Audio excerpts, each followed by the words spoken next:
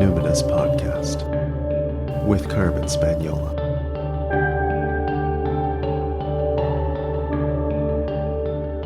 Hi there, and welcome to the Numinous Podcast, where we have interesting conversations with everyday folks about the mystery of life. I'm your host, Carmen Spaniola, joining you from the lands of the Lekwungen-speaking peoples, the Songhees and the Esquimalt First Nations, commonly known as Victoria, BC, Canada. And my friends, it's a huge day on the Numinous Podcast. Today, I'm speaking with British Columbia record-breaking pumpkin grower, Dave Chan. Dave has grown the heaviest pumpkin in BC's history at 1,911 pounds. Dave's been growing for many years and finally achieved his dream in 2021. I'm thrilled to have him on the show today to share all his secrets, and stay tuned for a Rubenation at the end and a recap of all the links to find pictures and details of Dave's big win. Well, welcome, Dave. I'm so glad that you have taken time to share with us all that you know about pumpkins, and we can celebrate with you your great pumpkin victory with the BC record. Congratulations. Well, thank you very much. I've been growing pumpkins for 12 years now, seriously, but my first pumpkin was actually 40 years ago. Wow. Okay. Well, great. You're starting us right off. Give us a sense. I really want to know, what your history with growing is. Do you come from, are you a farmer? Do you come from a long line of growers? Take us back 40 years ago then. How have you become such a great grower? What's your history there? Well, apparently my ancestors were farmers in southern China, but no, I became a dentist. I've been retired for 11 years. And the story 40 years ago, I was watching Johnny Carson, which is probably predates you. Oh, I remember Johnny Carson. I totally remember Johnny Carson. Yes, and he played the great. Anyway, go ahead. He was interviewing the world champion pumpkin grower, and it caught my attention. At that time, the world record was 535 pounds. Today, it was broken a week ago. It's 2,702 pounds. So anyhow, he asked this fella, where did you get your seeds from? And he said, the world champion is a Canadian up in Nova Scotia, and his name is Howard Dill. So I remembered that name, and there was no internet or anything like that. So I just got an envelope out, and I wrote Howard Dill, Nova Scotia. And he was pretty well known there. And within a week, I got a reply and 4 seeds. Wow. So, yeah, my son was 4 years old at the time. And so we thought, well, we'll try this and grow him a pumpkin for Halloween. And to make a long story short, it turned out to be a 278-pound pumpkin. Wow. Which is bigger than regular big pumpkins around, and half the weight of the world record was. So I was quite pleased with that. and then 14 years ago, we moved to Richmond. Had a quite a large plot of land, and I knew exactly from the day we bought it where I was going to grow pumpkins. So. Yeah, it started. I sort of remembered having fun with it, and I thought I was going to do that when I retired. Wow, that is amazing. And so now you're pretty hardcore. I've read that you actually even attend pumpkin grower conferences. So when did this go from just an interest watching Johnny Carson and writing to this mythic man Howard Dill and getting your seeds? When did it go from that to okay, I'm buying a ticket and going to this conference? It was right from the get-go. I was the first day we walked through the house and saw the backyard. I told people, probably my wife first, that this is where I was going to grow a pumpkin. So I knew right from the 14 years ago where I was going to do it and how I was going to do it. But you got to know you need 1,000 square feet per pumpkin plant, which is bigger than most people's front yard right now. Yeah.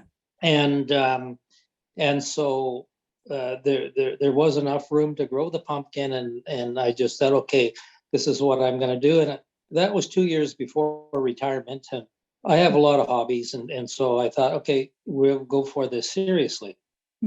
Wow. So, okay, I'm going to ask you a series of questions to get really into the brass tacks, because I have my sights set on one day also growing a great pumpkin. But I would like to ask you, why giant pumpkins? Like, what about giant pumpkins ignites your passion? Well, Emma always had a garden, always grew tomatoes and beans and peas and potatoes, and just seeing how fast and how big they got is nobody has left my backyard without a big smile on their face. And knocks 50 years off old people's age when they come into my backyard. And so it is a tremendous amount of fun. Oh, Let me give you a couple of statistics on this particular pumpkin. yes, please. From the time we pollinated the pumpkin and to the harvesting and the weigh off was 98 days. So That's in it? 98 days, which is roughly 3 months, Yeah. it grew 1,911 pounds. So the we measure these pumpkins and have a formula. We put it on a standard graph that somebody has made up, and we can estimate the growth of these pumpkins. And coming from a science background, this year, because of COVID, I decided to really document this particular pumpkin on a spreadsheet. So I know exactly what I did to it every day of its growth. Wow. And most people are not as OC as I am, and they would probably measure it once a week or whatever. And but my wife and I, we measured it every day so we could correlate it with the fertilizers we gave it and how much water, etc. And the biggest 1 day gain that we had was 71 pounds. 71 pounds. That's like every minute you're looking at it, you're seeing it put on grams and grams. You can Wow. you almost can see it grow. Whoa. And so we measured it 3 times because, as you know, a pumpkin is a bit lumpy and bumpy. Mhm. And sometimes you just can measure in a dip or in a high spot and it's not quite accurate. Well, it's not supposed to be accurate. The way they actually judge the winner or loser is weighing it. It's not how big the pumpkin is, it's the weight. So this is just a guesstimate, but like I said, we measured it 3 times because we couldn't believe. Quite often you'll get 50 pounds a day. Wow. And you can run that for 2 weeks. So 50 pounds for 14 days, that's 700 pounds. That is possible, quite possible. Or some of these really bigger than mine, they could run 60 pounds a day for a couple of weeks. And that's right at that peak growth time. Okay. Well, my peak was that 71-pound day. Wow. And because we measured it every day, the next day we measured it 3 times again, and it was bigger again. So we knew we didn't make a mistake because, like I said, we documented this one. And so we probably put on another 30 or 40 pounds the next day. That is amazing. When you think about a 2-day, well, I know it was a 2-day total of 100 pounds. Well, that's sort of like 6% of the whole weight of the pumpkin. Yeah, that's like right before your eyes. Wow. Yes, yeah. Wow. And so the one that you grew, the seeds for this, are these also a Howard Dill is that also known as Atlantic Giant, or are those two different varieties? Howard Dill did a lot of experimentation himself, and I'm not sure if he created that name or somebody else gave it to him, but if I'm not wrong, he actually patented his seed because it was a cross between probably just a regular field pumpkin and whatever he could grow. Mm. And so all the pumpkins for all the whole world and all the way offs are just generally named Atlantic Giants. Okay. And so that's what you grew. Yes. Yes. Okay. Well, that's what I have outside right now, and it's only 116 pounds. But now I feel like I feel inadequate. But I want to know exactly the details here. So when is it? It can't be direct sow. Is it transplant? Are you planting inside? When do you do that? Yes. We these seeds are about an inch long. The coating of the seed is not like your regular pumpkin seed. If you bit into it, you'd probably break your teeth.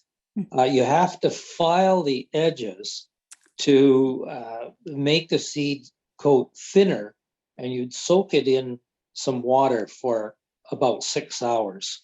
Okay. And that would soften it a little bit. And the way a lot of pumpkin growers do it, they'll take 2 or 3 paper towels, soak it in water, fold it into maybe 4 or 8, and in the middle there you would insert your pumpkin seeds, place it in a Ziploc bag, and in my case, we have a heated bathroom floor, so I just put it on the bathroom floor. Other people will put it on top of their hot water tank, and again, other people would make germination boxes with a light bulb in it, but just to get it up to around 80 degrees to help it germinate. Okay. That I always start. What month are you doing 19th. this, Dave? Sorry? What did you say? April what? April 19th. April 19th. Why is that a magic day? Up until this year, it was a magic day because you didn't want the pumpkin plant to be too big in the pot before you transplanted it into this cold soil.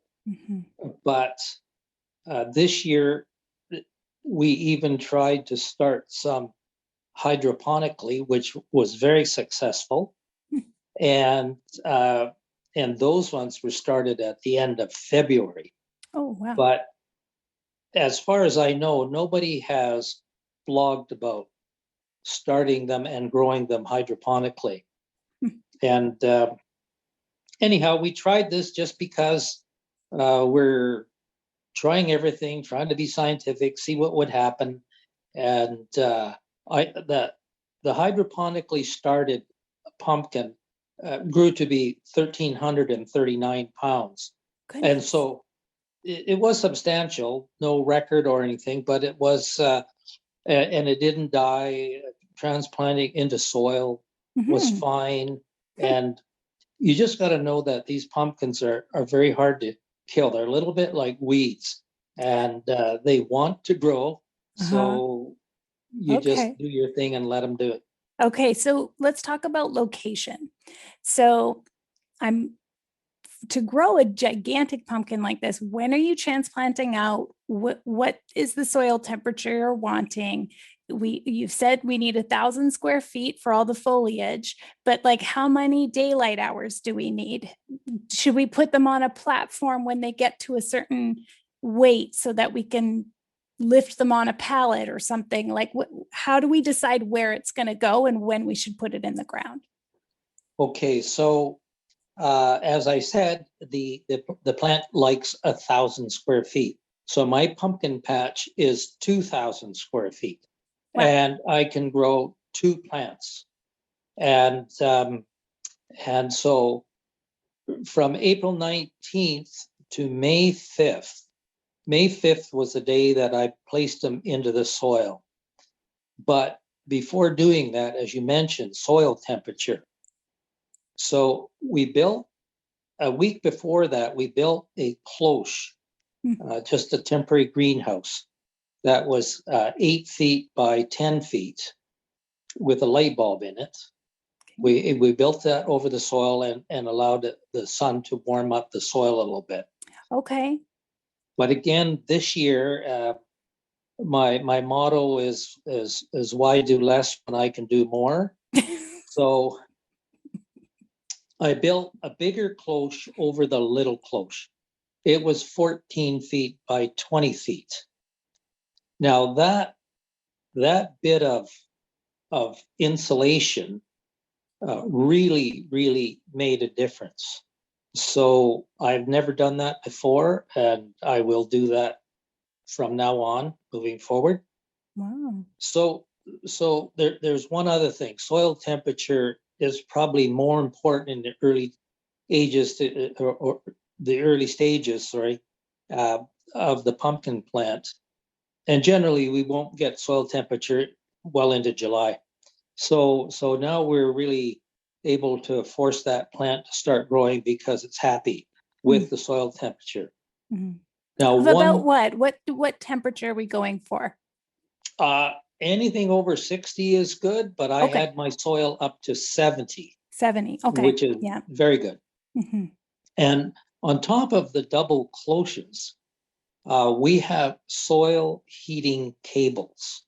So they're used in construction in cold weather, where you take a wire and you wrap it around a pipe to prevent the water from freezing.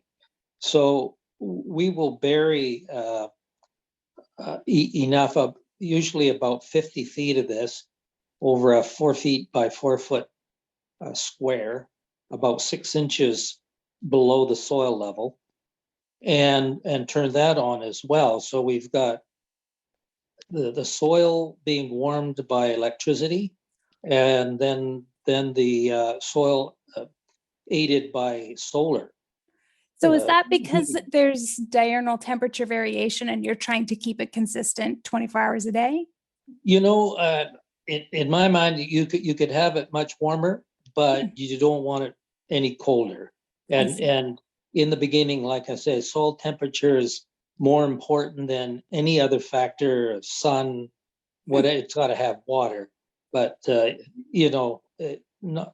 nothing matters more than soil temperature. Okay. So we worked on that really hard for the first 2-3 weeks. Okay. Which continued on for its whole growth, because once it was built, all we had to do was remove the small cloche, the 8 by 10. Mm-hmm. It was still covered with the bigger cloche, the 14 by 20. And by that time, the days were getting longer and there was a lot more solar energy coming in. Okay. And about what week or what month did you take the small cloche out? You know what I'm going to do? I'm sitting beside my PC and I've got to open my spreadsheet. My spreadsheet because let me just put this down for a sec. You didn't think I would be this nerdy about it, did you? No. And so this is okay. This is all right. I actually don't have a note on that. Okay. Was it before the heat dome though? Because are you worried about, I was curious, like, what did you do during the heat dome? We had this like big heat wave this year. And are you ever worried about like burning the foliage or like suffocating your plant? What did you do for ventilation? Okay. So yes, these plants grow to have leaves that are, give or take 6 inches, 2 feet across. So you have these huge leaves, which become quite tough when they mature, but when they're in the 8, 9, 10, 12 inch stage, they're like tissue paper. And the sun burns them very, very easily. They literally crinkle up. And this year, we had a series of misters. just like those ones you might be in an outdoor restaurant patio kind of thing, and the spray comes on. And a good friend of mine, the previous BC record holder, Scott, he had a bunch and he lent them to me, and I tried them, and they would seem to work, but I didn't have enough. And so there is an agricultural fabric, a growing fabric called Remay, and it cuts about 50% of the solar energy. So I would just loosely drape, 10-foot by 10-foot pieces of this. I have a whole roll of it, and it comes 12 by 500 feet or something like that. So yeah, it's fairly inexpensive, and you just cut big chunks of it and put it on the growing tips where the leaves are the most vulnerable and delicate. Okay. So I have two questions. I'm going to ask them both so you can answer in whatever order you want. Do you trim foliage that is beyond the pumpkin that has set when fruit sets? And the other question is, what do you do for your compost? Okay, let's talk about the compost first, because we definitely work very, very heavily and a lot to improve the soil. And so over the years, I would use turkey manure because I live very close to a turkey farm. And turkey manure is quite mild, unlike chicken manure, which is very strong. So, but not very much. How much is not very much for a plant that needs 1,000 square feet? Maybe a yard. Oh, okay. Yard of turkey manure. Yes. Okay. Actually, a half a yard, because the yard would go over the 2,000 square feet for 2 plants. Okay, so you're not actually dumping it down and planting the plant right into that. You're spreading it over the entire area. Yeah, we just spread a very small amount over the whole area. 1 yard over the whole area wouldn't even be covering it by an inch. Okay. And so it's really not to add that much fertilizer, but it's to improve the organic matter and just the tilth and texture of the soil. Okay. But as I was saying, when we got cut off there, I plant right now. In next week, I will plant a fall rye cover crop, which is about the only cover crop that will grow through our winter here. So it'll grow up to about 2 feet tall into March, and in March we will cultivate it into the soil. And some people would call it green manure, but so you're growing all this nice vegetation, and it'd be as solid as a lawn. That you won't be able to see any soil between the blades of ryegrass. So it is quite a massive amount of vegetation that we cultivate into the soil. So that's one thing, and what I augment that is the compost from the Vancouver City garbage dump. They have a fantastic, really efficient composting facility there, and they sell it very inexpensively. So you can buy a yard of that for about $8, which is very reasonable. Cheap. That's a lot of compost. Yeah, that's super cheap. Wow. That's great. Okay, great. So then about the pruning, I've read that that's a good idea, that once you've got fruit set, that anything that grows beyond the pumpkin you would trim. But are you saying you just let it go as much as it wants to take that whole 1,000 square feet and really absorb all the light? Okay. A pumpkin plant will grow really fast and really in a wild fashion. It sends out a main vine from the seed area. And if you don't train it to go in one direction, it'll go in many, many directions. So what we do is train it to what we call a Christmas tree pattern, and we'll make it fairly straight. We use little roughly 2-foot long bamboo stakes, and we'll just guide the main vine towards the middle of the patch. Okay. And from the main vine, they're called secondary vines, we try to guide them at right angles, like branches of the Christmas tree, out, to the side. So about every foot of the main vine, the secondary vines will sprout and shoot out. So they'll alternate. So you get one right, one left, one right, one left. And so as I was saying, my pumpkin patch is 35 feet wide, 30 feet deep or long. And so it's roughly going down the middle, which is roughly 17 feet. And we'll allow that secondary vine to continue on and grow to the edge of the pumpkin plant or pumpkin patch. And then we'll cut it off. It's called terminating. So then the next one will take a little while to grow there. And by the time the main vine is about 15 feet long, the first secondary will be right out to the edge, and the last secondary will only be about 1 or 2 feet long, and it forms a triangle like a Christmas tree. Wow. Does that make sense? Yeah, it does. I can see it in my mind. I'm trying to overlay it into my yard and figure out how I would. Okay. So from every secondary, you'll get another bunch of vines or shoots called tertiaries.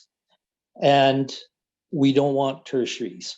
From the tertiaries, you'll get the fourth set, and from that, you'll get the fifth set.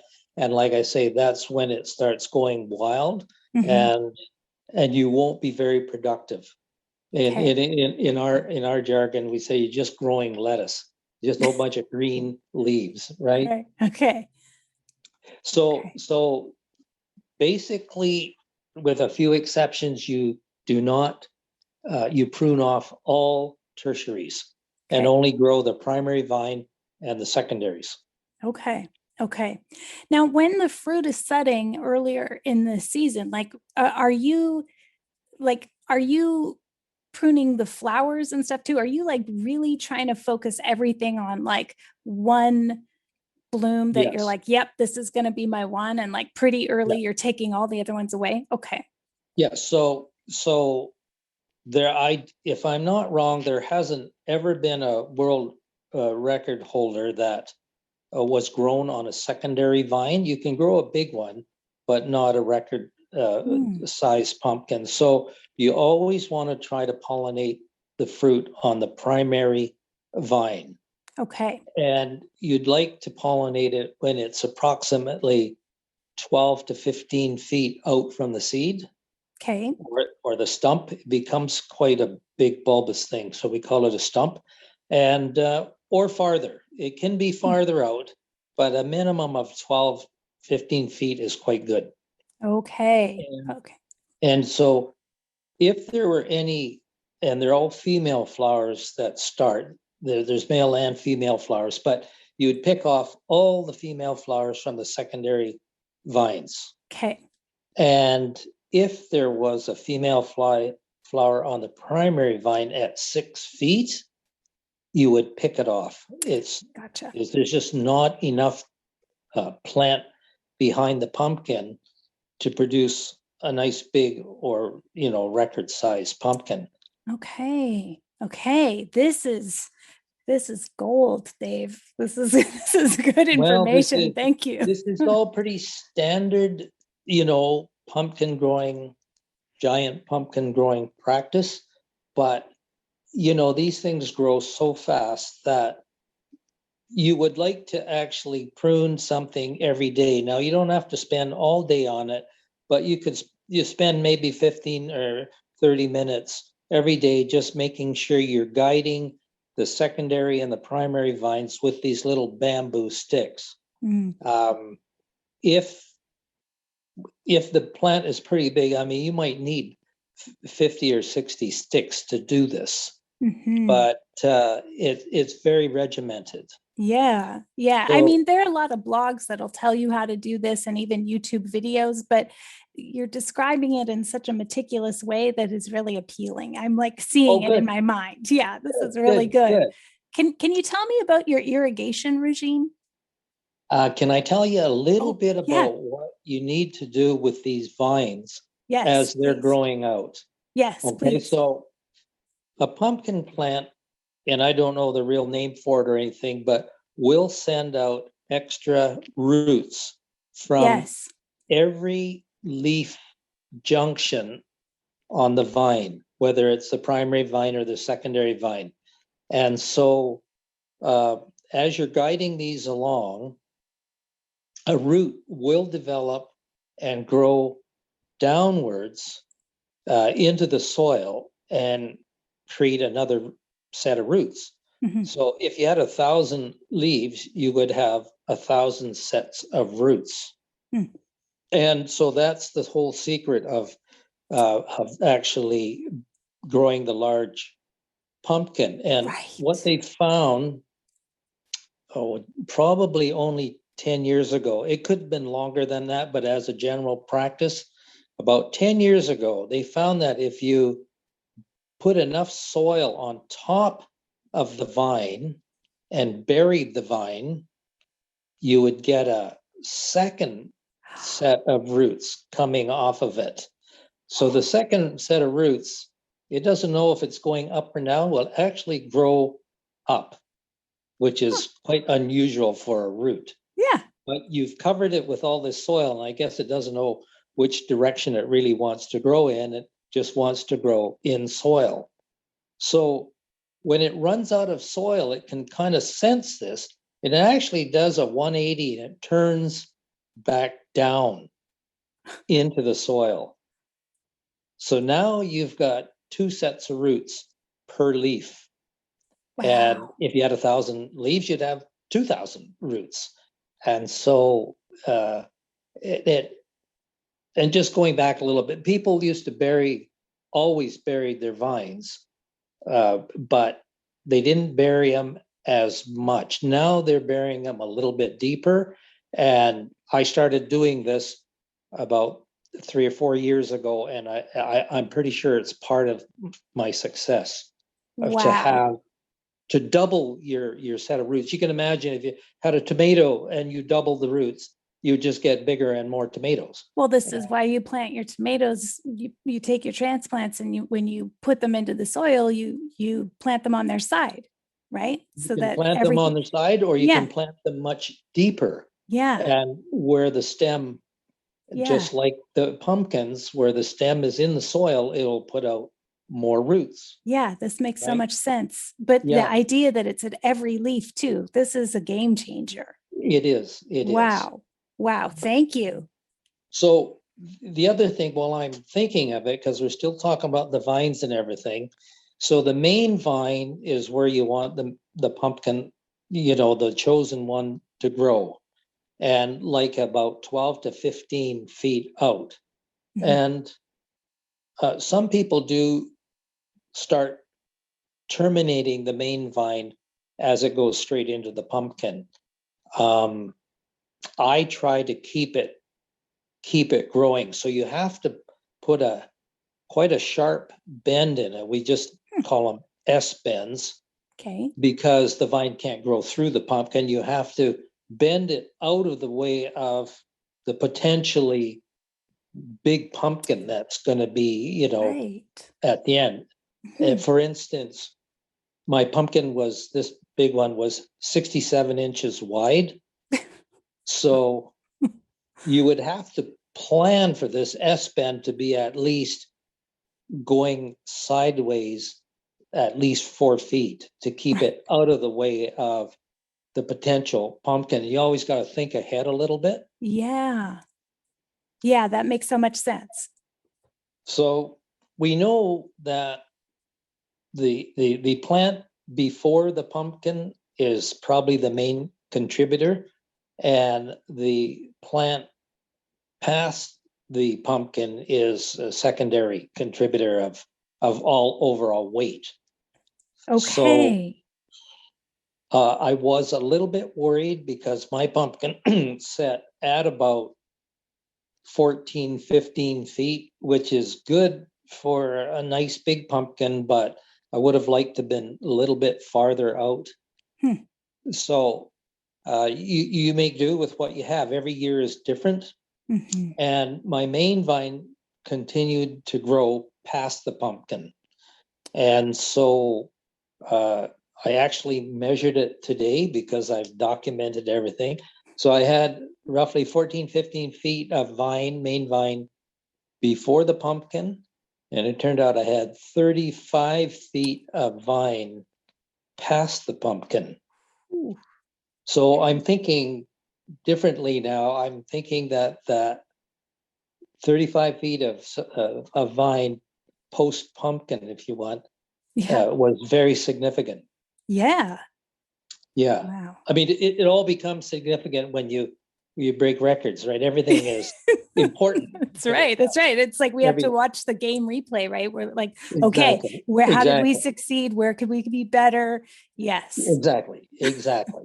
So, um, okay, so now we've taken care of all the vines, and by this time, the 1,000 square feet of soil patch is covered, Mm-hmm. and and you're just feeding. And I think the last question you were asking me is irrigation. Yes. So irrigation is a whole science in itself. And excuse me, I just take a drink of water. Sure. Um, so the best irrigation that most pumpkin growers have settled into is called drip irrigation. Mm-hmm. And there's two kinds of drip hoses. One is a literal hose with a little hole called a dripper every foot of that hose.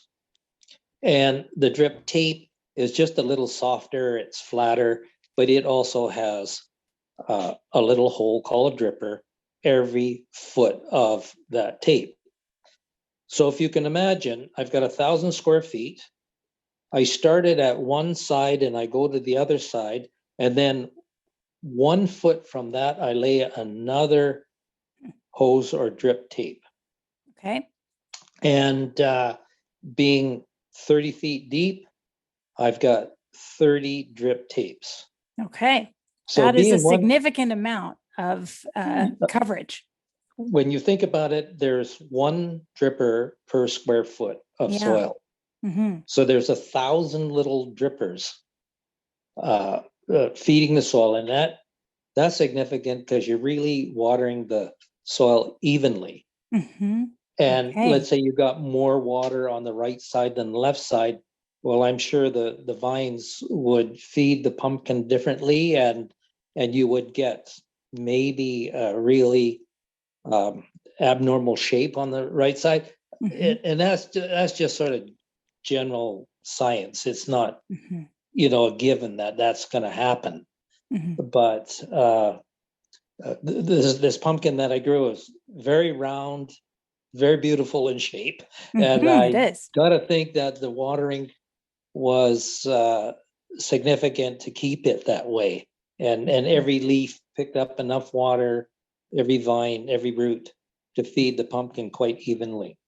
And so what is the amount that you like? We use drip tape in our, so how long do you have it on for every day? And do you do it throughout, like at different times of day? How are you Yes. irrigating? So when the pumpkin plant is in sort of full bloom, has covered the patch, we have timers, and my particular timer has, how often, which is 4, 6 hours, 8 hours intervals. So I set mine at 4-hour intervals for 10 minutes. So every 4 hours, it gets 10 minutes of water dripping through the drip tape. Does that change depending on how hot it is that day? Like, would you, in the heat dome this summer, were you like, oh, I got to do something? Yeah, yes and no. I might, just the feeling. I mean, the end test for how wet the soil is. You can buy real fancy moisture meters and everything, but I get a shovel and I dig a hole.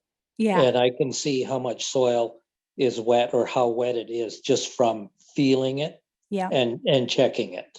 Okay. But if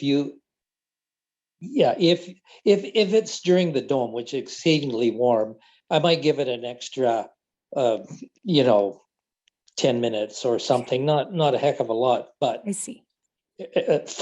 Every 4 hours, 10 minutes every 4 hours through 1,000 drippers is 200 gallons. Yeah. So the plant is getting, each plant is getting 200 gallons per day per plant. Wow. Wow. So, and like, you got to think that like you have to be so consistent, because if you're putting on 50 pounds in a day, then you wouldn't want to have a couple days where it's like, oh, big growth spurt, and then your water tapers off. Like, so it sounds like you have to like keep it super consistent for those 96 days. Well, it's like people, right? I mean, you're going to get dehydrated or you get overhydrated, right? Or whatever, depending on how much you're going to drink. So, but keeping it even would be, I mean, it's a living thing, right? Keeping it even would make a lot of sense, wouldn't it?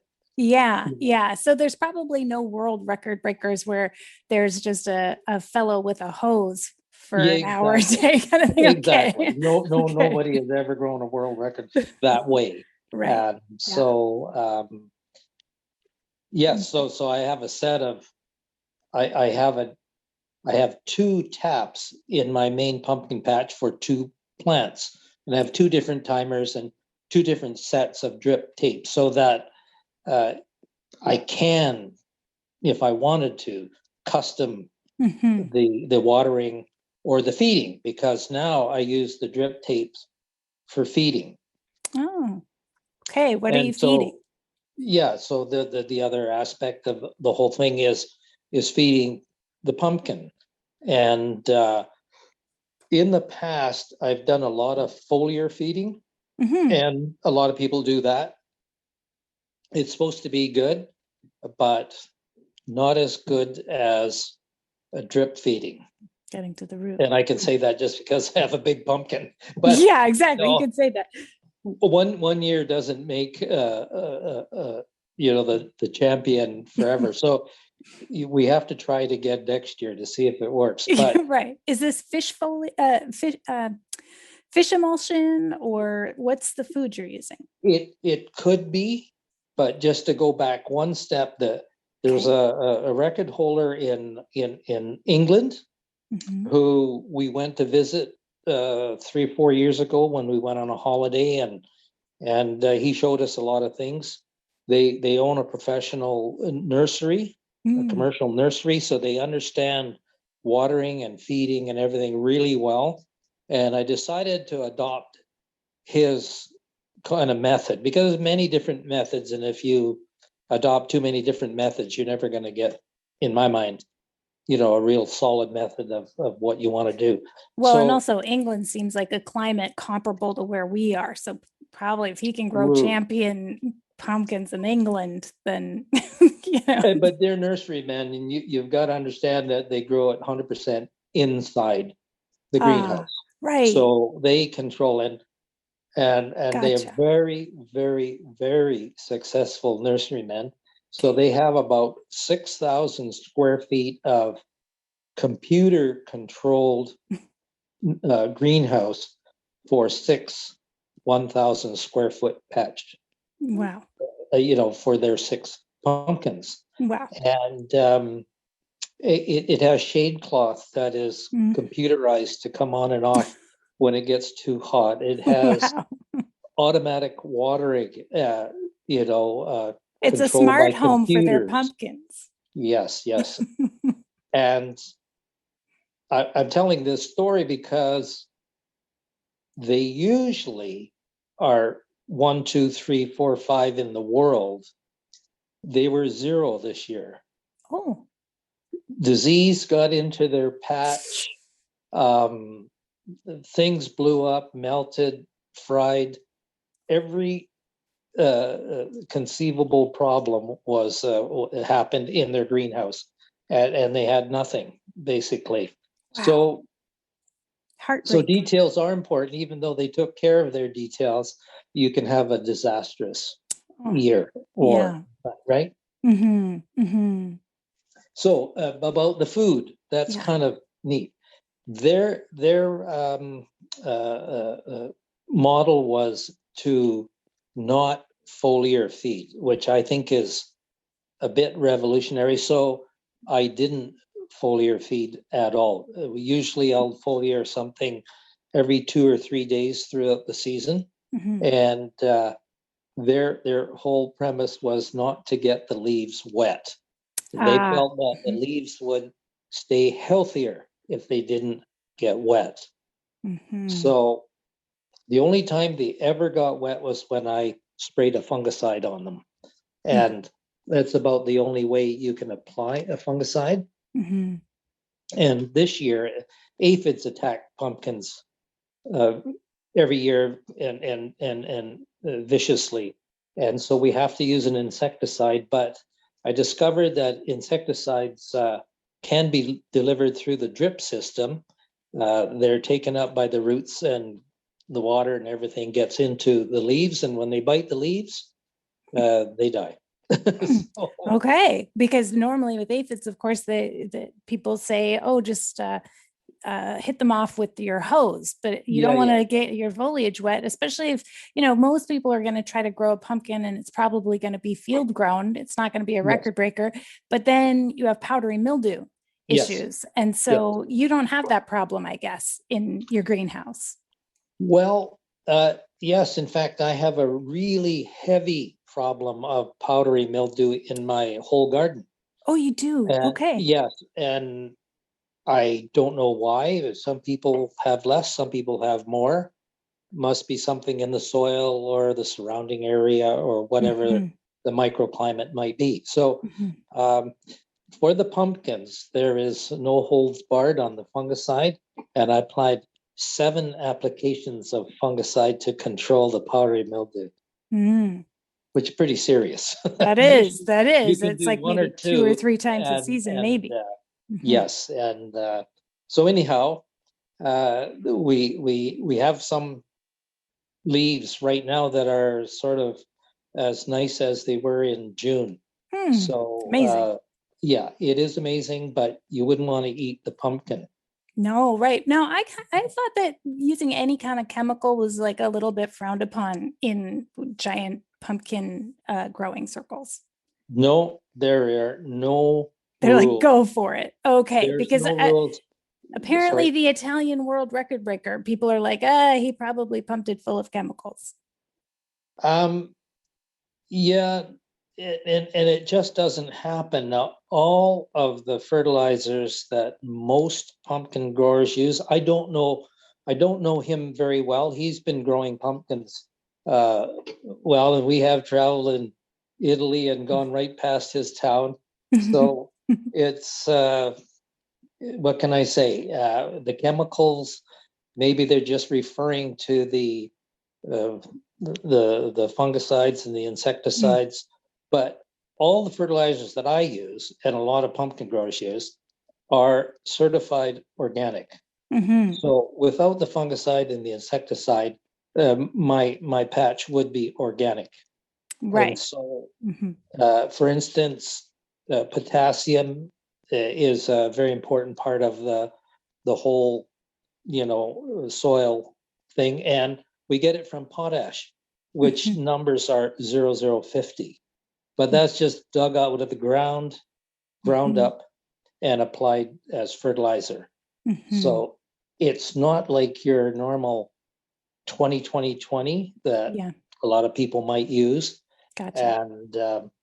And so yeah, so chemicals could be one thing, but um, yeah, I don't know But what more that. for like preventative stuff, not necessarily for big growth. It's more like Yes, you're exactly. trying to prevent pest and disease, Exactly. but not to actually grow the fruit. So what would you say then for somebody like myself who's gonna just grow field, like maybe I could get a little cloche in my front yard. I'm not gonna grow a record breaker, but I have had some issues in the past. Maybe it's the watering inconsistently where maybe there's some big growth and then it splits at the top of my pumpkin or Right. that kind of thing. What would you say like the most common issues that somebody who has a backyard plot and is like, yeah, I could maybe do 30 square feet or something like that and devote it to my pumpkin. What are some of the troubleshooting tips you would say that So they let, should let me anticipate? describe a competition around the world that is within the same body of the pumpkin growing world here. And it's called the 150 square foot challenge. Okay, And, yeah. in April, you must submit a picture of 150 square feet that you have either used a board to board it off or a string and posts or something like that. Take a Yeah. picture, send it in with the dimensions, and to enter it, it's something like a $2 fee. Okay. And so this happens around the world with a lot of people like yourself who just don't have a large plot. Yeah. So the record for 150 square feet is over 1,000 pounds. So Yes. it is doable. That's amazing. Yes. Oh my And gosh. I've helped a friend grow a pumpkin out of a really like a half a oak barrel, Yeah. wine barrel, and Yes. it grew to about 200 pounds. So, This is and great. all the soil it had was the barrel, what was in the That's barrel. like what I did this year. So I basically, we have rabbits. So I put some of our fresh compost mix that we bring in a couple yards to top dress every year. So I just kind Mhm. of mounded it up as big as I could, like put my arms around it, just like as if I was like Yep. making my arms big. And then I mounded some of our rabbit poo on that. Yep. And then all I did was I opened up a wine box and took the bottom out of it and like Yep. basically taped that and used that to like hold my mound together, just like a Yeah. piece of cardboard. And so it Right. was maybe, 10 inches above the ground and just filled with compost and rabbit poo. And I grew it out of that and without any consistent watering. Basically, once a week, I'd go and stand there for a few minutes with the hose. But it delights the neighbors and the kids. Yes. It's like in our Yeah. driveway, people, honestly, we see them walk by and then walk back and take pictures. And like, we've actually thought maybe we should put a sign out that's like, tag us on Instagram and like, Yes. guess, There you go. guess the Right. weight, that kind of thing. Yes. And, we're at 116 pounds without even really trying very hard. So I Exactly. want to win the 150 square foot challenge. I'm going to put all the links in the show notes so people can get in on it with me. We can follow each other on Instagram. What do you Right. do with the pumpkin when the season's over, Dave? Just like your pumpkin, I carve it up and put it on the driveway. That's great. That's great. How do you This even this begin year to I'm not. carve it? This year I'm not going to carve it just because it's so big. Yeah. It's very impressive just to stand beside it. Yeah. So once you carve a pumpkin, as you know, the mold gets in and they Yeah. start softening and rotting pretty quickly. Yeah. So I'm not going to carve it. And I think my wife came up with a great idea. We're going to make a giant Olympic gold medal and just put that down there. It's like number one, Yes. So you have to kind of design something that we're not going to cut into it. Mm. Um, Last year, a lot of people saw what we did, but the idea was because of the COVID was so heavy and last year, my wife sold a giant mask with the same color blue as the standard, and we cut a nose and the eyes out of it, and that was it. Covered the bottom of the pumpkin with this giant blue mask, and That's great. it went over quite big, that one. I bet. Yeah. How long does it take, like a 1,000 and something pound pumpkin to compost and break down? Do you like literally have to take an axe? Like, how do you get it to break down? They slowly rot into a pile of the stinkiest mush, the grossest, gooeyest, stinkiest mush you've ever witnessed or smelled in your life, which is your neighbors love that season. Quite rotting surprising. Pumpkin season. Well, if we're lucky, we catch the big truck that comes along and empties our green bin, and the good guys that operate it, they would just chop it up into great big chunks, and they just throw it in the back. Oh, and that's take so it great. away, and because everybody wants to help, like, celebrate the pumpkin, right? It's like, you know, yes, and do you save the the odd taste seeds? of beer doesn't hurt. Yeah, for sure. Can you save the seeds? Yes, we save the seeds from most good pumpkins, and I grew 3 pumpkins this year, and 2 of them were from my previous personal best, which was 1,379. Wow. And they went on to be 1,339 and 1,036, 56. Sorry, 1,056. And and I set out to try to do this, but within the pumpkin organization, if you grow 3 pumpkins over 4,000 pounds, and my 3 were 4,326, you get this beautiful sort of football bomber jacket that they give you. It's called the grower's jacket, and not very many people have them. It's just, one of the accolades that they give you. So yeah, that's exciting. And then your girl can wear it when you guys go for a cruise. She can wear your jacket. just to give you an idea of some more numbers, with the big pumpkin, the 1,911 pound, it's only 48 pounds shy of the Canadian record. And the back east, you get a lot more warmer weather. Like right now, we have relatives in Ontario and Nova Scotia, so they're getting 20-degree weather now, and it's much better for growing pumpkins. And as you know, today it was quite cold here, so the pumpkin would basically stop. So they get an extra 2, 3, 4 weeks of better, warmer weather than we do.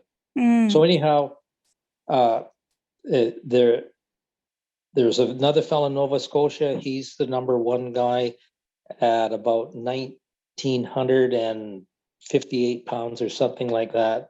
Wow. And so mine is the second largest pumpkin in Canada, which is amazing, mind-boggling. Amazing. And you're making the western part of Canada proud with there this, because you don't hear a lot about it out here. Bring it out west. That's right. Yeah. And so now the sort of my last most important thing that I did this year is to truly become scientific. I did a lot of soil tests or soil analysis. Yes. And you can take a soil sample. There is a large company, a fertilizer company, that has a lab in Abbotsford. They're called TerraLink. And they will analyze. You need about 1.5 cups of soil, not much. And you put it in a Ziploc bag, and somehow you deliver it there or mail it to them. And they send you back an analysis that has 15 different parameters on it.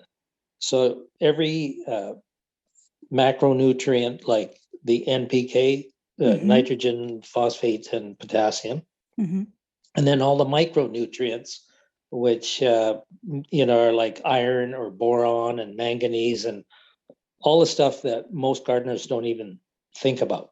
Mm-hmm. And so if anybody wanted to get started, it would be a wise idea to get a soil test. Mm-hmm. And then they would add what they need to and not just pile on a bunch of rabbit poo. Right. Yes. Yes. You see, It's you true. can, yeah, and there are a lot of people, which I consider myself one of them, we're called morons. And moron growers put more on, right? Okay. And so you think, well, it's growing, yeah, just give it more fertilizer. Right.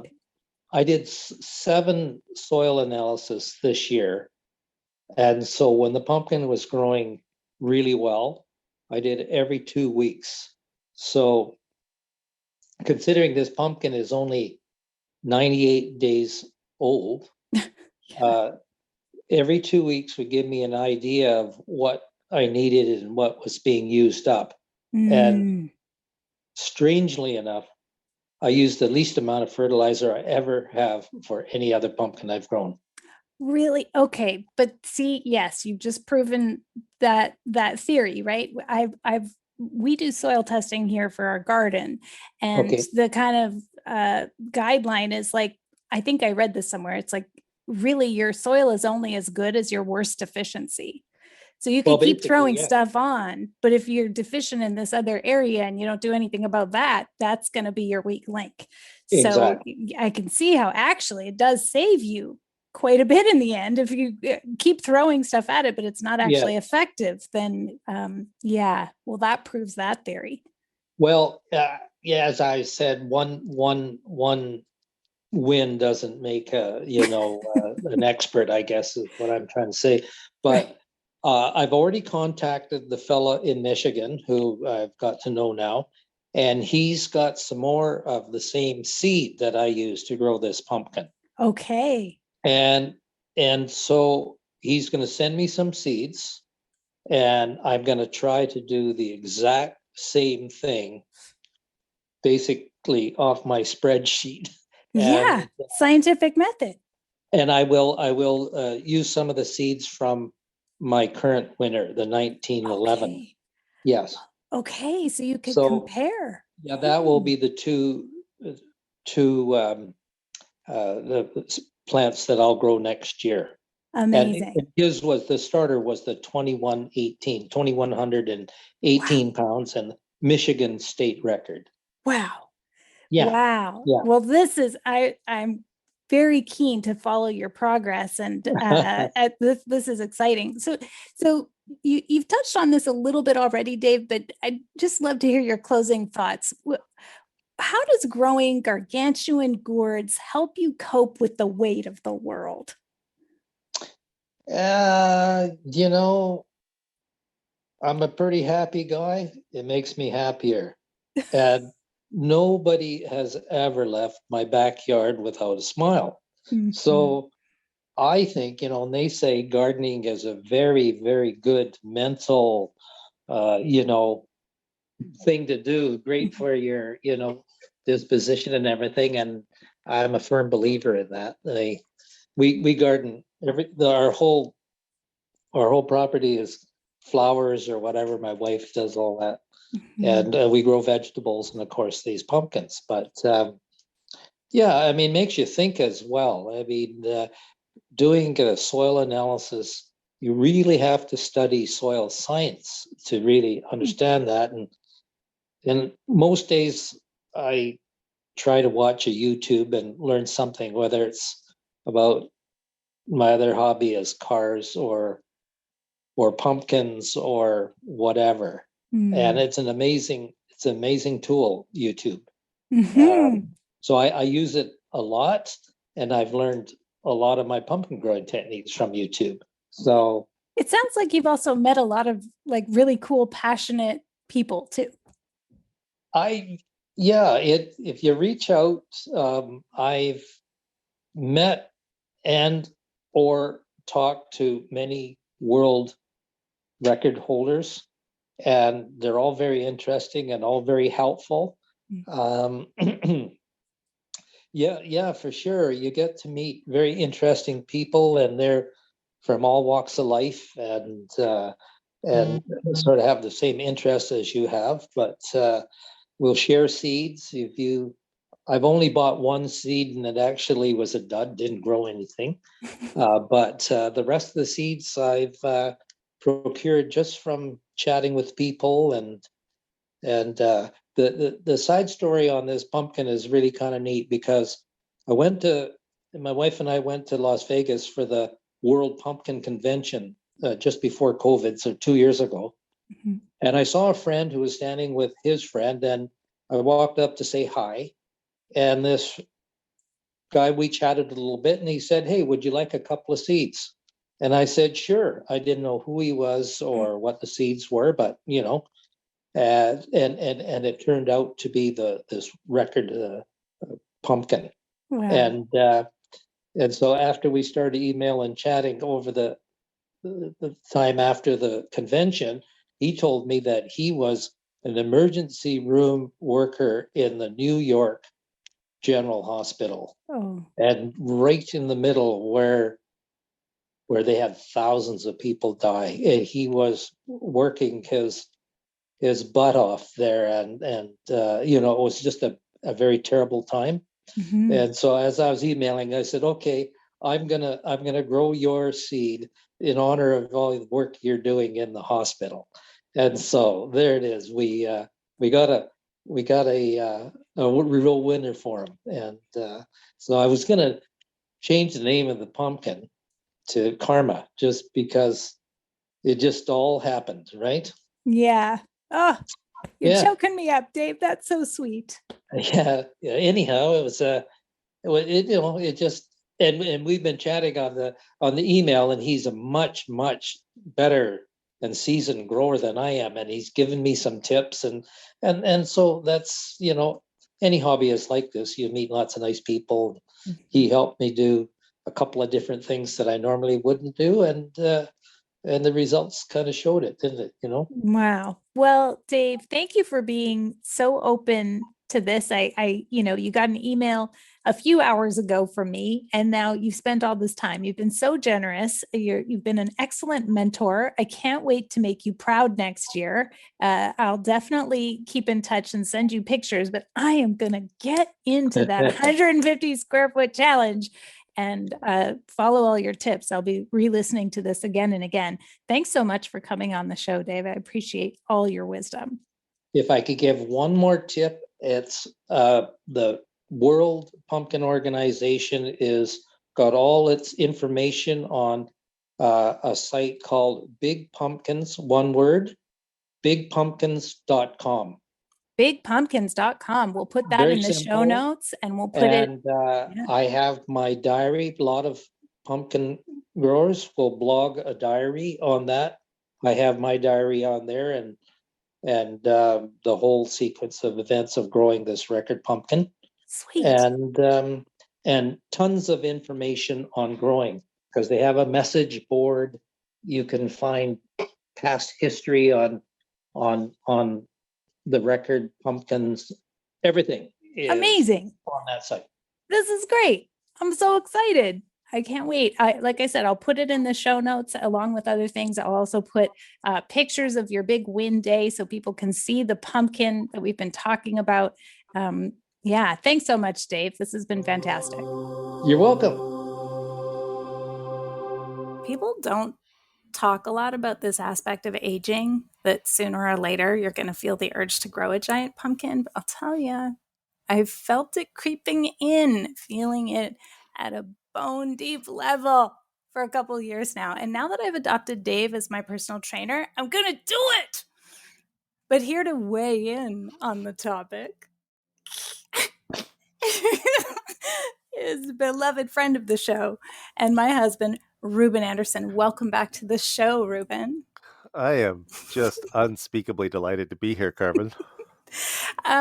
You know who else is unspeakably delighted? Are the listeners, particularly listeners who are women of a certain age, who have always enjoyed the Ruben Anderson experience and let me know about it. Whenever I'm like, sometimes I have my husband on, they're like, oh, I love the Rubenations. I'm like, yeah, I know. They let me know. So, what came up for you as you were listening to my teacher, Dave, Ruben? Well, I actually have some big questions arising out of this episode, which aren't terribly pumpkin related. What? But before that, I wish if there's one thing that I could wish for this episode, it's that the Rubenation would actually go before the airing of the episode, because I want to draw your listeners' attention to your vocalizations throughout this entire recording. So I first noticed it when Dave describes the rooting, how you root the secondary branches, and you like it. Erotic is the only way to describe it, really. The way you gasped in delight uh, is it's quite noticeable. And then when he started talking about soil testing, you were like, yes. So I yeah, listeners are now going to have to go back and listen to the whole thing again, just to or maybe you could just offer a secondary download of just your audio track, so that people could just appreciate all They of could that. play it whenever they're doing their own household chores, for Uh-huh. instance. I could be like, Yeah. oh, yes. Yeah, I think that'd be very popular. Mm-hmm. What else came up for you? Um, well, there's the big question, which I'm going to save to the end. Um, but something that I noticed is that Dave talked about his wife as in a sort of ambiguous way, I would say, and it made me immediately suspicious that actually Dave's wife is the champion pumpkin grower, and he's sort of just the public front man. Why would you suspect that? Isn't there always a strong, Well, powerful woman behind every great man? yeah, I understand the logic, but what was the tell? Well, that he would just be like, my wife does, or like his wife was clearly a major part of this operation.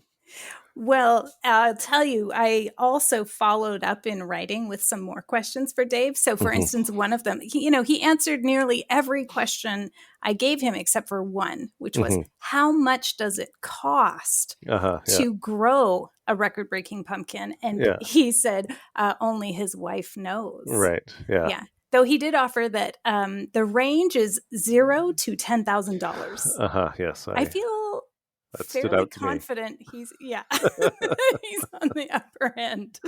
Um, yeah, Mhm. it makes sense to me that it takes a team, man. It takes teamwork to make the dream work. So Uh-huh. it makes sense to me that there's probably a silent partner involved here.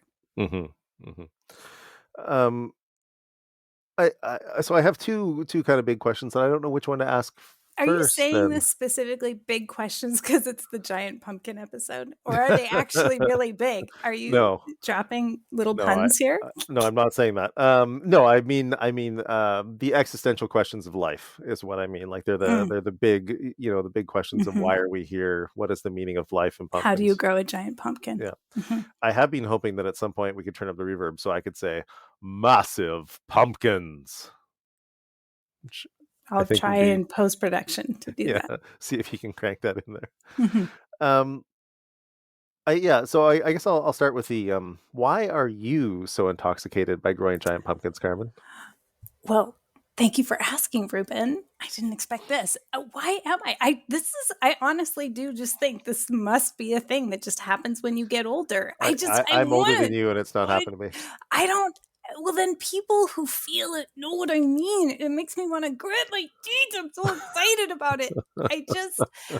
They're so big. And okay, I'll tell you what. So we have our pumpkin that we grew Hmm. this year, which actually isn't even as big in like mass as the one that I grew last year, Hmm. but it's more noticeable because it's a white pumpkin. Last year I only got to giant green stage, but it's a giant kind of creamy white pumpkin. And you know how it is. You have your tomatoes in the front yard. And so people all summer are walking by going, wow, look at this yard. And because our front window is like right there. We can like look out at people looking at our garden.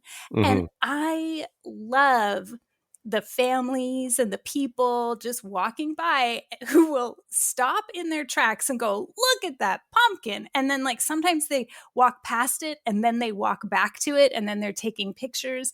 And I, like, it really does just make me happy. Like, when Dave was like, it just Hmm. makes me happy, I was like, I totally know the feeling, man. Well, and Dave did say that no one leaves his yard without a smile on their face, Yeah. which is a definitely a gift to the world. It's a, that is an expansion of goodness in the world. I'm just curious in terms of, like, if you're going to grow giant things, you could grow. How many pounds of potatoes could I get from 150 square feet? How many pounds of tomatoes? Like, But there's the enchantment of the uh-huh. gigantic, there's something about large charismatic animals, let's say. Yeah, You know, yeah. we love bears, we love gigantic sequoias. We like big things as humans. I think Hmm. maybe what we like is the feeling of being small. I'm so small. Could I live in that pumpkin? Like, there's Hmm. just a, I don't know, there's like this kind of fantasy aspect to it, and maybe it harkens back to the dinosaur days, right? Of like, Hmm. I'm small and things are so big, and being different scales, experiencing different scales of things is just really wonderful, and Hmm. it inspires wonder. And I mean, from a polyvagal perspective, right? Awe, anytime we experience something that's novel and outside of our normal experience, like we feel more awe at the sight of, say, a buffalo than a cow. There's Hmm. something about familiarity and novelty, and that activates the vagus nerve that enfolds us into a larger collective, right? I'm so small, the universe is so big. I'm experiencing wonder, and this novel experience is enfolding me in a pro-social way into the collective. So I mean, I think it's good for my vagus nerve. I want to grow giant pumpkins. Oh, I just want it. Yeah, so you're making some compelling points, that it isn't just useless busy work. Uh, um, and I think that there is, so I think part of this argument is that, do you think you want to grow giant pumpkins because capitalism has taught you that bigger is better? But you're actually making in many ways, a anti-capitalist argument that things don't have to be useful in order to be worth doing. So let's perhaps we can agree that growing a giant pumpkin is 99% useless, with the exception But of the be it resolved that growing a giant pumpkin is useful for the greater good. it's highly productive for the smiles of children, That's right. which is not a bad thing. But yeah, but there is the aspect that it's like, the as Brown and McDonough would say, the cherry tree uh, makes tens of thousands of blossoms that just fall on the ground. Like, there's nothing productive about it. Mm-hmm. It's just beautiful, Mm-hmm. and that's reason enough for its existence. The cherry tree, of course, does not have $10,000 worth of soil testing, irrigation, cloches, fertilizer, etc. So I'm going to try to reel that in. But maybe yeah. what I'll do is I'll just shift some of my flower varieties of Uh-huh. seeds and shift that into pumpkin soil analysis and compost and stuff. I'm just going Yeah. to like shift some of the budget over here. What's that process where small things make you violent? Like, you just like love small things so much you want to squish them. I love you. It's good. You want to squish you so much. There's like a process for that. And I have that with giant pumpkins. So Like, the exact opposite of that. well, it's like it scrunches me up. I just want to do it. And I'm so excited by them. And it's so I once read a haiku that was from the perspective of a dog, and it's Hmm. like, dig under fence. Why? Because it's there. Because it's there. Because it's there. I think that matches the haiku. And that's like me with, you know, grow giant pumpkin. Why? Because it's there. Because it's there. Yeah. Yeah. Well, I maybe you can start like I guess I have a hard time imagining you getting up at 6:30 in the morning to open up the cloche over your giant pumpkin. So maybe there's like another maybe you can start another competition category of like wild pumpkins or something. Wild and free. Yeah, I'm Yeah. super excited. I think the 150 square foot thing is actually awesome. And as you know, I wish that we had the phone book Olympics. I think that it's ridiculous that the Tour de France racers don't all ride on the exact same bicycle. Can you Like explain the phone book Olympics for people who don't sit around our dinner table and know don't that? I mean, they it is what it sh- sounds like, but just should they not just come sit around at a dinner table? they should. So the phone book Olympics, I think the Olympics is stupid because, of course, if you train anybody for 16 years, you're going to get substantially good at something. Um, but I think the Olympics should be that you just open the phone book. You have a literal giant phone book of everyone in your country. You open it up, and it's like shot put. Open the phone book at random and stab your finger at a name, and that person is doing the shot put. And then it's like, you know, 4x100 relay. Open the phone book, stab your finger at four names in the phone book. So you just pick people at random from your country, and that would actually give you a much better sense of how generally physically fit and capable your country is. Yeah. And also I think would have more exhilarating highs and terrifying lows when Absolutely. some little string Absolutely. bean shows up for the shot put, Yeah. or like, Well, and so yes, the 150 square foot. I'm doing it. I'm doing it. I'm yeah, so excited about it's it. stock car racing of giant pumpkin growing, which I think is Exactly. awesome. It's gonna be in the front yard where we have done it, but I'm gonna like do better with spreading out the compost. When I think back to all the mistakes I made, there's also a category, Rookie of the Year. You can Uh-huh. win Rookie of the Year. And Hmm. I can't help but notice that all I see are small and older men people Uh-huh. winning it, small children and older men. And I'm like, I want to be Rookie of the Year. So, How many years do anyway, you get to practice to be a rookie? that's my question. Like, what do we mean here? So, anyway, I'm going for it. Well, Mhm. thanks so much for your thoughts, Ruben. Anything in summation?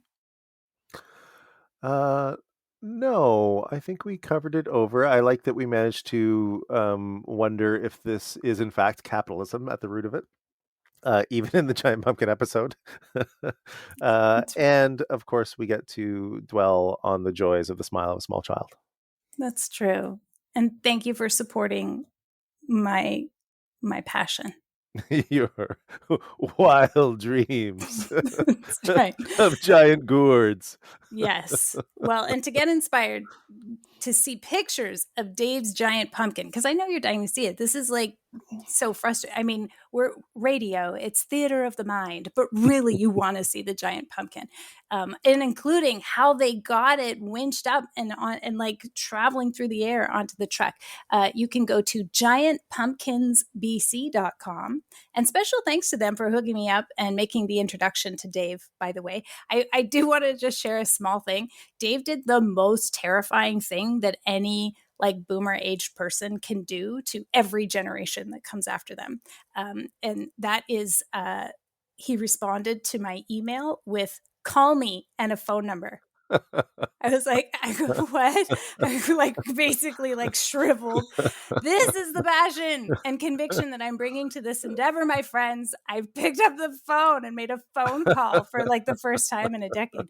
Anyway, I also put links to the Great Pumpkin Commonwealth, where you can check out the Letterman jackets, and also bigpumpkins.com, so you can track Dave and other avid growers' progress and glean tons and tons of pumpkin growing guidance. You can find all those show notes with all the links in one place at numinouspodcast.com. Um, okay, Are go all ahead. those links? Do any of those links have pictures of Dave's wife, who, as we now may know, is actually the mastermind behind this whole operation? I don't think I saw very many woman people in Mm. those Hmm. photos. We got to change that. Yes, you should definitely fight for equality in the giant pumpkin field.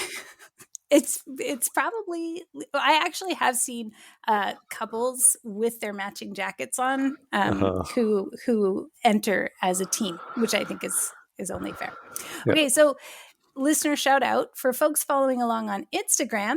Occasionally I post about who is not listening to the show, specifically in America. I recently shared that every state in America regularly showers this show with downloads and love, with one notable holdout, which is North Dakota. But recently, two wonderful individuals in North Dakota have listened to the show, and I just think that's super sweet. I wish you guys should just be pals. Anyway, we're friends now. Say hi on Instagram and let me know who you are. You can follow me there, or you can go to my website and learn more about how to access like all of my offerings for one low monthly membership. So the Numinous Network is where I'm cross-pollinating all my work in the areas of attachment, polyvagal theory, somatics, mysticism, everything else. So you get all my courses, plus like 15 to 20 live calls a month. So all my workshops, they're all bundled together in as one price. And just for The clarity, giant pumpkins are free. this content about giant pumpkins, which is actually quite, I think, riveting, is for free. This is my public service. I just want to also clarify, no, you can't just sign up for one workshop separately because it's a bundle. Like it's a bundle for one price. I don't actually understand why you would even want to do that. So put it this way. The monthly price is less than half my hourly rate. It's less than what a workshop would cost. So you get the workshop plus all of these other things in a bundle. Anyway, so here's the upcoming workshops. October 31st, Witches New Year, Halloween, Samhain. We're making witches ladders. Super fun. November 21st, 10 steps to trauma-sensitive trance work. December 31st through January 1st, it's Yuletide Folk Fest, which was formerly known as the Yuletide Stocking Stuffer. So it's 12 days of ritual observances, beginning with a winter solstice workshop to herald the season. So all these things are included, plus the other like 15 live calls a month. Anyway, you'll find all the details at carmenspaniola.com. CarmenSpagnola. Until next time, take care. Carmen, I have a question. What? Is for that witches ladders, Yeah. are you going to be teaching anything about knots? Okay, this is a plant. This is what they call in the show. He's planted this. So I was actually going to just share my screen. Since you're not going to be there, Ruben, I'm going to share the animatedknots.com little video of how to do the constrictor knot, which is the best knot for witches ladders, approved by Ruben Anderson. Well, I'm relieved to hear that this workshop will have suitable knot content. It would be negligent not to include it. Not to include it. Okay. Till next time. Take care.